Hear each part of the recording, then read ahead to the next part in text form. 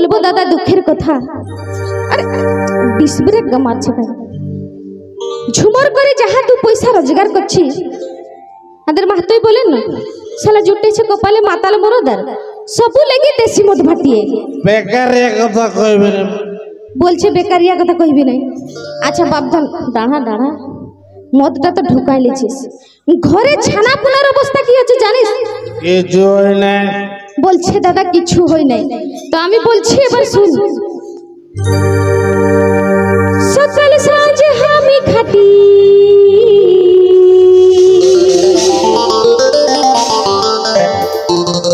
আমার মরদ যাচ্ছে মদের ভাটি।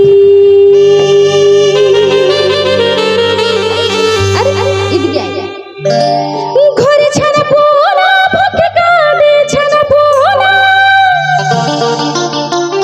তো বুঝতে পারলিস এবারে কেসটা? ঘরে ছানা পোনা ভকে কাঁদে ছানা পোনা। ঘরে ছানা পোনা ভকে কাঁদে আমি করব